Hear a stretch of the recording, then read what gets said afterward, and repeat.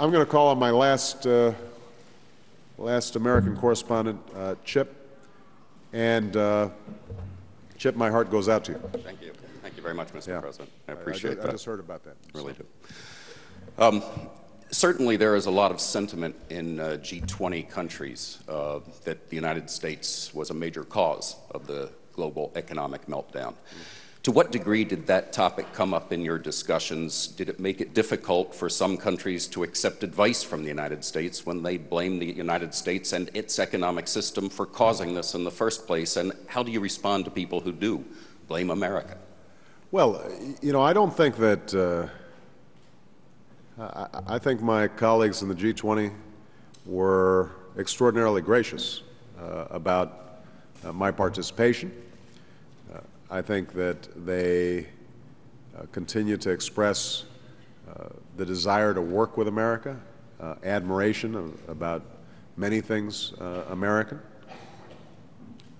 There were occasional comments, usually wedged into some other topic, that indicated from their perspective that this started in America, or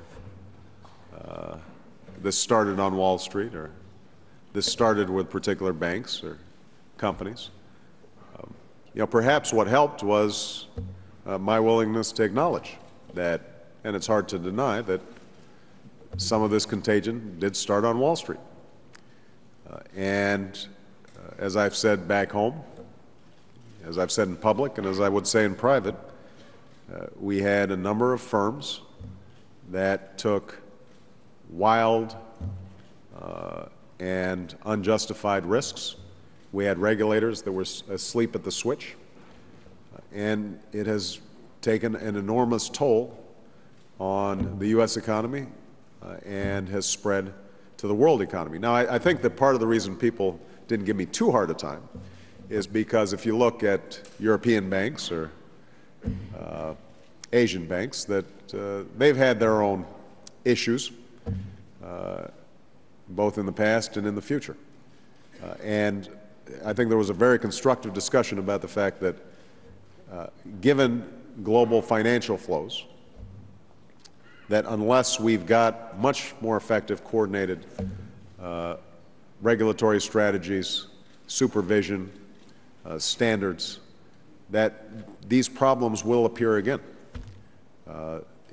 You know, money is, you know, can move around the globe in a second, and it will seek out the highest returns, and if those highest returns end up being built on a house of cards, then we're going to be seeing another threat to the world financial system, wherever that house of cards might be. And so overall, I think there was an extraordinarily constructive approach among all the leaders. I was very impressed with them. I'm very grateful to them.